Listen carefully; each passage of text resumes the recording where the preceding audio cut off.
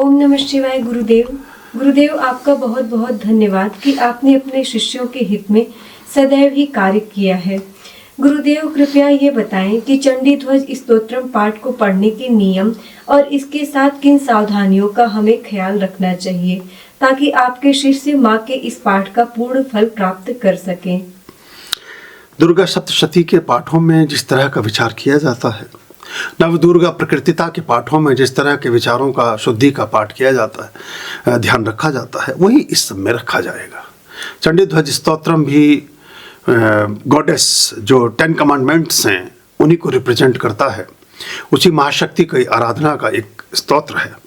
तो वही चीज़ें, वही आसन, वही शुद्धि, वही विचार की शुद्धि, वही आपके शरीर की शुद्धि, वही आपके भविष्य और जो सायुज्य आपने जोड़ा है, जो आपने बाकी चीज़ें इकट्ठी की हैं, उस सब की शुद्धि में भी परिलक्षित होता है। बस वही ध्यान रखना है, कोई विशेष ऐसी बात नहीं है।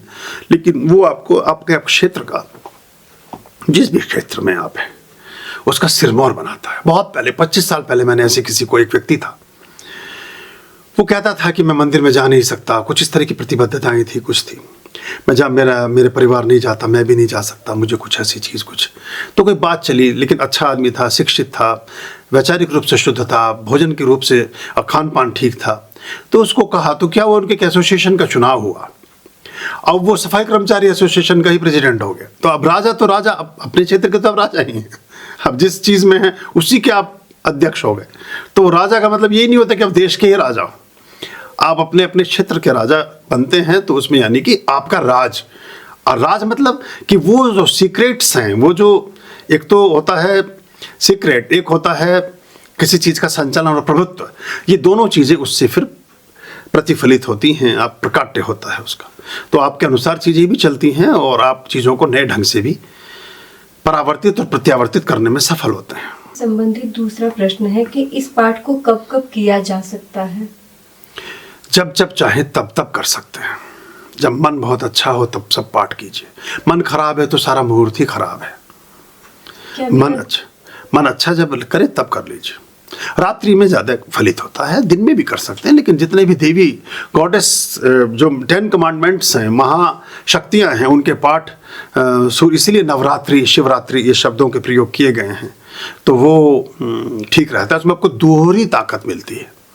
तुम पाताल निवासिनी, तुम ही शुभदाता, कर्म प्रभाव प्रकाशिनी, भवनिधि की त्राता। तो तुम पाताल निवासिनी मतलब कि जिस समय यहाँ सूर्यास्त हो गया है तब भी तुम वहाँ उदित हो, जहाँ से हमारे लिए बहुत सी चीज़ों का अभ्युदय हो सकता है। तो पश्चिम महाशक्ति किसी विशेष वजह से नहीं है, एक लॉन्गिट्यूड और लैटिट्यूड की वजह से है।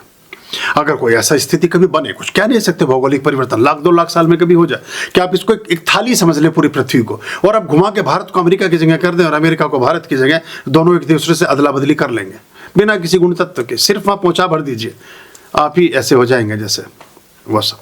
जहाँ जो चीज़ रखी जाती है उसका लॉन्गिट्यूड लैटिट्यूड उस पर असर करता है, काम करता है।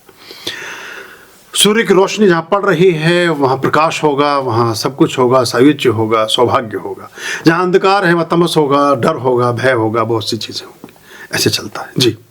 आर्यं शरणं शुभमस्तु, संभव करणं हरमस्तु, देवं वर्णं कर्मस्तु, पापं चरणं परमस्तु, पापं धर्मं मर्मस्तु, तारं धर्मं धर्मस्तु, हृदयं बीजं धर्मस्तु, शोकं दुःखं हरमस्तु, शोकं दुःखं हरमस्तु।